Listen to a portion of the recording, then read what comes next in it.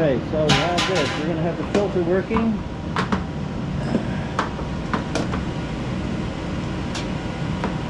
Filter on, it's going to go through the filter and it's going into the tank in a minute. Test it out first here. Okay.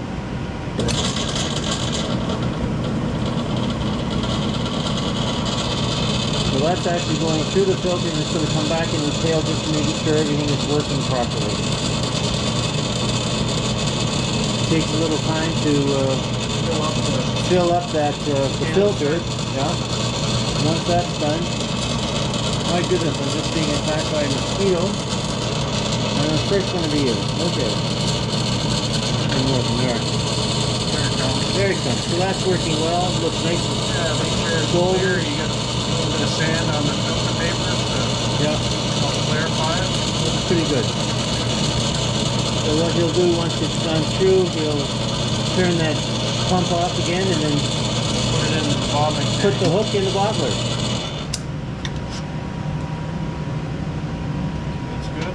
Okay, there, okay.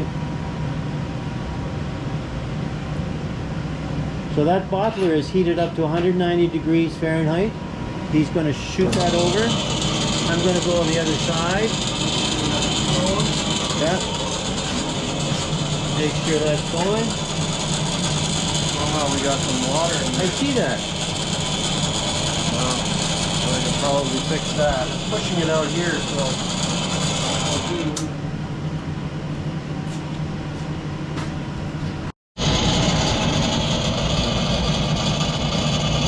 So it's all going through the filter, going through this, and it's going into the heater. And as you can see, we've now got this much of maple syrup that we're going to bottle later on today. Good fun. So this is just to show you what happens. This is a natural progression here. We took it off at say 8, and it actually went up to 9 and dropped back. Now it's dropped back, which means that there's new sap where the maple syrup sap was, right? So now it's gone back to say 3.5, 4, and it's because the thermometer is reading the new sap. So that's a natural progression. Maybe 35 minutes, that will be up to 7, 7.5 again. And we'll get another bucket. Just went outside for a second. I wanted to show you the variety of trees. I'm not sure if you can see, if I can get close enough. That's a black cherry. I'm going to try and get close enough without falling to show you the scales of the bark. So that's the bark of a black cherry. There are a few black cherries. I look over there, there's another black cherry. There's a leaning black cherry. And this is a black cherry. You can see again the scaly type bark. So you can make maple syrup. You can make a syrup from black cherry. We don't have enough of them, and we also just don't mix. But I know that there are locals that have black cherry, and they have some nice stuff. This is such a fantastic day, considering it's what, I don't know, February the 21st, 22nd, first day of actually boiling. I would not be surprised if I saw a morning cloak. And it's the earliest butterfly. They winter over. They get into little crevices, and it's amazing that it's such a fragile butterfly. And I see there's a couple of mosquitoes. It can winter over. They have antifreeze in them apparently, and they're taking a look, scientists taking a look at that antifreeze and seeing what applications they could have maybe for the human side of things, for us. And there's another, not a butterfly, but a moth. It's a Cecropia. And the Cecropia is a huge moth, like the Polyphemus moth. But the Cecropia, if you take a look at a leaf sometime on a tree and you say, I wonder why that leaf is there when all the other ones have gone. And the reason that it's there is that a caterpillar, Cecropia caterpillar, in the fall, come down, chosen that leaf, made it curl, and then it's curled into a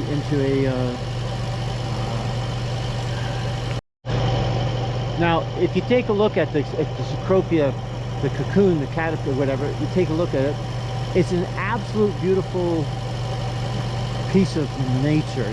It looks like a Roman amphora. and even with the jug handle, and the jug handle is the proboscis, and anyway, it's just a fragile thing. They come out, as I said, in June. I don't think we've opened up any of the windows yet, but again, we haven't had any problems, so that's fine by me.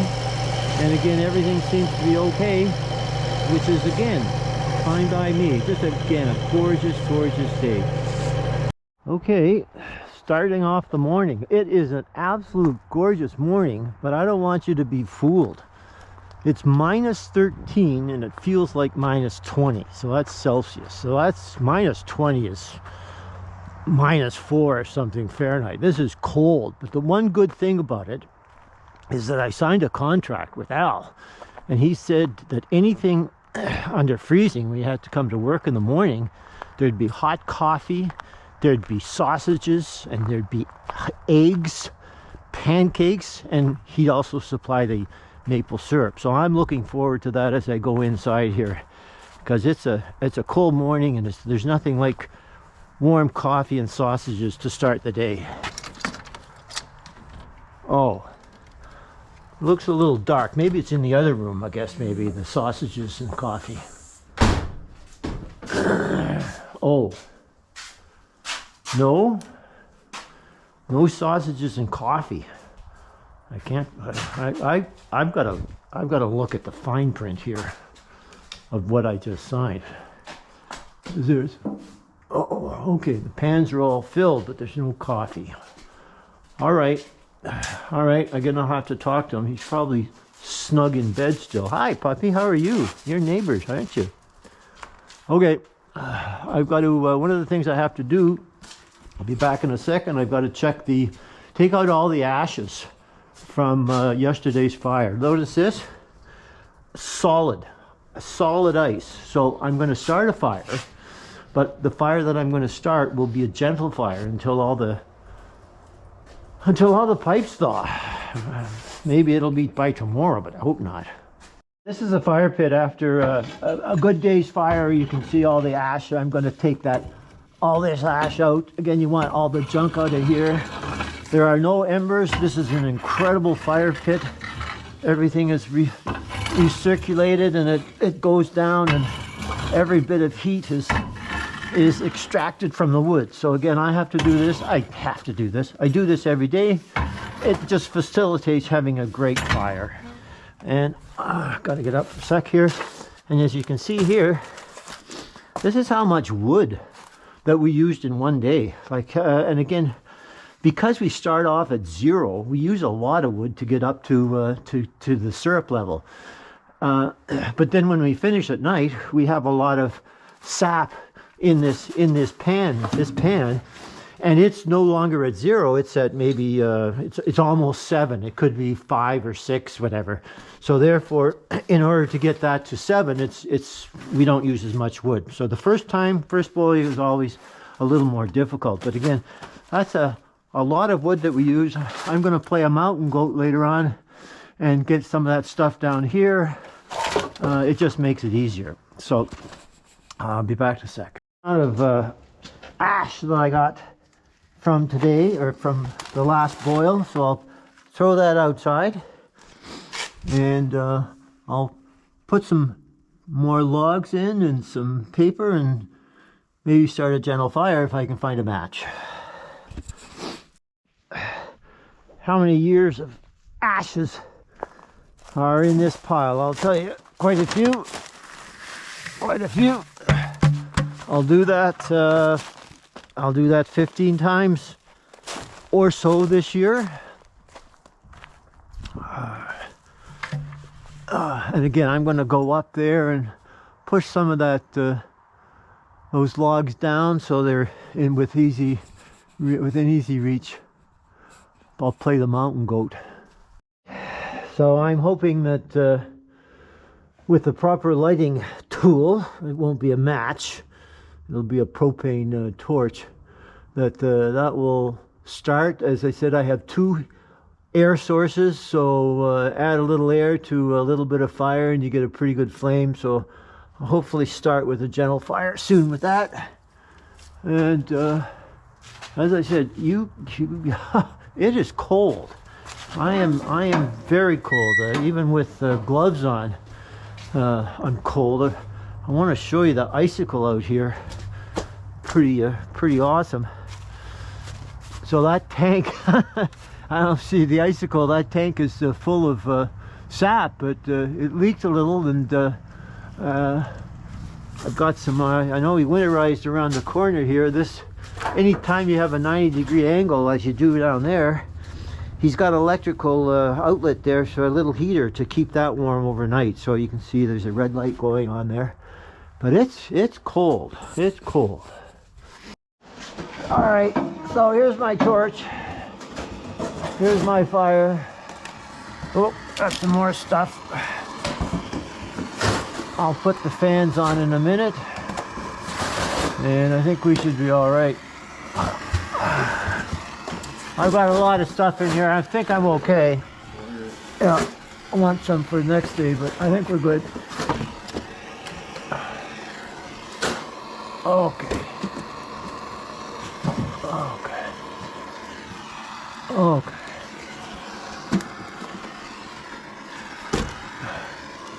All right, so what I'm going to do now is turn the heat on, turn the air on. Turn that off. Okay. Close this. You'll hear the air, the fan. This is the one that I'll turn on a lot. And you can see, I see that little knob there, a little white. That's to me to show where the marker should be. And I think the red will show we're okay. I'll open this just for a quick sec. That'll be fine. Oh, that'll be good. All right. Oh, we're gonna get a new guy coming up. Maple syrup guys, and this is another guy. This was Al, and now this is going to be Phil. So Phil's just joining us. He's going to be the bottler. Phil, are you bottling? Phil actually keeps us. Phil, he keeps us in line. We're, it's so cold today. We'll probably cook in about 10 hours. I can't believe how cold it is. And this guy gets me up. He says, I'm going to have coffee, sausages, and pancakes ready for you. Nothing. Absolutely nothing. I looked at the fine print. I see the driveway's not big. Well, you see, now that you're here, you'll keep him in line. Anyway, this is Phil. We're a threesome. I wanted to show you again is this thermometer. And the first time I was ever out here, I felt like I'd fallen off a turnip truck. I said if when it gets to 7, that's when sap becomes maple syrup. I didn't realize. I started to panic because I went up to 12 and 13. I'm going, my God, Al's not here. What am I going to do? I didn't realize that dial has to come all the way around until it gets to. So that, as I said, I felt pretty silly, but I got, oh my God, I'm in trouble. You'd be really freaking out when you saw 50. I saw 50 and thought, my God, the whole season's over with. So anyway, that's funny. I thought I'd show you that. We've got to go around the whole more time. And again, that's be a while today because it's a cold day and I want to have a slow fire. More wood in here. I've turned the fans down. Again, not much heat in there. Well, again, not much fire, but that's okay because again, it's still frozen on top. So I don't want to have some grief. So we'll take some logs. Put some logs in. Not too many. Get the heat going. And again, that's enough. Turn the back on. Turn the fan on a little. There we go for the next little while. I'll tell you, this has been a pretty interesting morning when it's feels like minus 20. You can see we've got some sap in there boiling nicely. You can also see that the thermometer is up to 7 again, or up to 0, and we have to get to 7. But a lot of these lines, this was totally white, frozen, and now it's thawed. A lot of these lines were frozen, and we had a bit of a problem. this is still frozen on the bottom, but we're working things out. So again, that's starting to work. We've got the airline lights on. That seems to be okay. It's again taken a while, about 2 hours to thaw things. And when you thaw things, you've got to make sure you don't have a big fire. So I'm going to show you again what happens in the float. When I press the float, liquid comes in. So I think we're fine. So the blue light indicates again how much sap is up top, and what's that, maybe a foot and a half, 18 inches, good ground trout size. So again, we're fine. What Al has done is this tank here is empty. What was in it is now up top. So Al's gone down to the lower tank, and he's going to shoot all the sap that's down there through this line, and we know it's clear. All the blue lines, you see the blue lines, they're sort of white. They're white because it's got ice in it. So don't be fooled with such a beautiful day out there.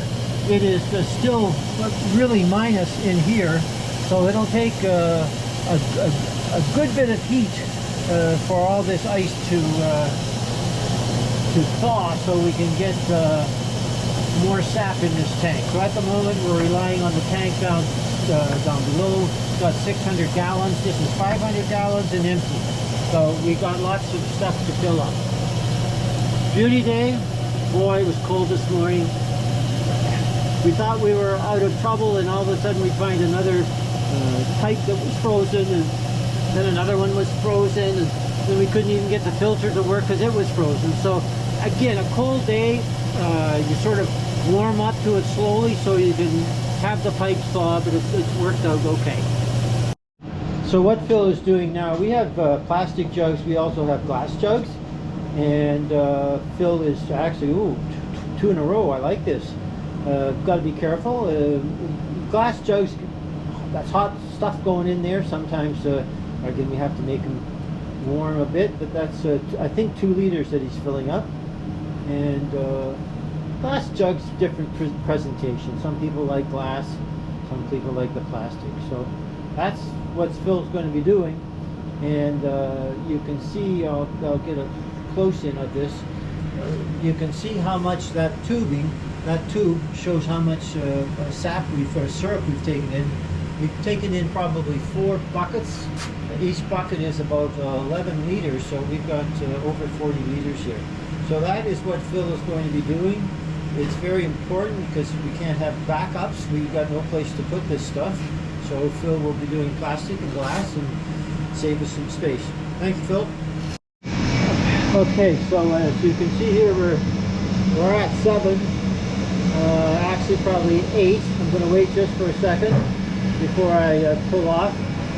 You can see a lot of steam. I'll tell you, this steam, too bad the GoPro can't smell, because the fragrance is incredible. I think I'm going to phone Chanel and say I think we got to make an eau de sirop d'érable.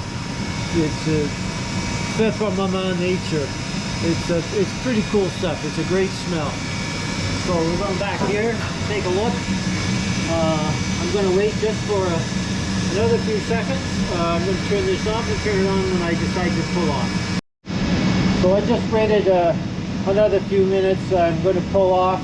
And this is going to be the 5th bucket. And on the 5th bucket after, we're going to switch sides. So the temperature gauge will go on the other side. The float will come this side. We don't like to keep on cooking on the same side. We like to change each side. It's like we don't want to scald anything. So I'm going to pull the handle. I'm going to watch the dial and get a bucket. So I'm going to watch the bucket. As that syrup now comes in. I'm also, you can't see the dial anymore, but I'm going to look. And my hand's going to come back here. And I've got to turn this off because I have a bucket full. So Al just happens to be here. He's going to take the bucket. We're still up. Oh, still up. Didn't go down. Oh, well, take some more then. Yeah, we'll see what's up. Oh. So Al's going to take this over, put the hydrometer in and see. He's going to take the density. And depending on where the density is, we'll just filter it, or if it's high, we'll add some, I'm going to say sap to 4. So there's still sap left. It got up to about 5, and we ran out of sap, so we turned the pumps down, turned the fire down a bit. As you can see, we're way below 0 even, so that's fine. Doing some cleanup now. The little bit of blue would indicate how much sap is up in the gravity tank, and that 3 blue, there you go. The 1 blue starting to flicker, and when it gets down to all red, that would indicate that we have no more sap up there. So anyway, an interesting day, a very cold day.